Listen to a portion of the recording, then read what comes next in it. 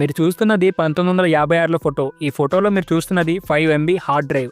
అప్పట్లో దీని సైజ్ ఇంత పెద్దగా ఉండేది. వీటిని షిప్స్లో, ప్లేన్స్లో ట్రాన్స్పోర్ట్ చేసేవాళ్ళు. ఇప్పుడు సింపుల్గా హ్యాండ్లో హోల్డ్ చేసేవచ్చు. మావాలి కంట్రీలో ఒక బుక్ రిలీజ్ అయింది. ఈ బుక్ అప్పట్లో పెద్ద సెన్సేషన్ అయింది. ఆ బుక్ రిలీజ్ అయిన 1 వీక్లోనే 2 మిలియన్ కాపీస్ అయితే అమ్ముడుపోయాయి. ఈ బుక్ ఇంత ఫేమస్ అవ్వడానికి రీజన్ ఆ బుక్ ఒక నేమ్. ఆ బుక్ ఒక నేమ్ వచ్చేసరికి how to change your wife in 30 days.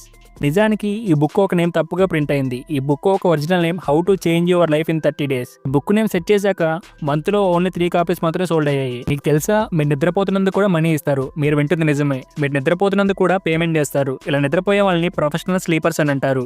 ఈ ప్రొఫెషనల్ స్లీపర్స్ని సైంటిఫిక్ రీసెర్చెస్ కోసం వాడతారు స్లీపింగ్ ప్రోడక్ట్స్ మీద. వీళ్ళు పడుకున్న ప్యాటర్న్ని వాళ్ళు ఇచ్చే రివ్యూని బట్టి ఆ స్లీపింగ్ ప్రోడక్ట్ క్వాలిటీని డిసైడ్ చేస్తారు. ఇలా వీళ్ళు పడుకున్నందుకు మంత్లీ $5,000 వరకు శాలరీ ఇస్తారు. $5,000 అంటే మన ఇండియన్ రూపీస్లో 4 లక్షల పైనే. ఇలాంటి జాబ్ వస్తే మీరు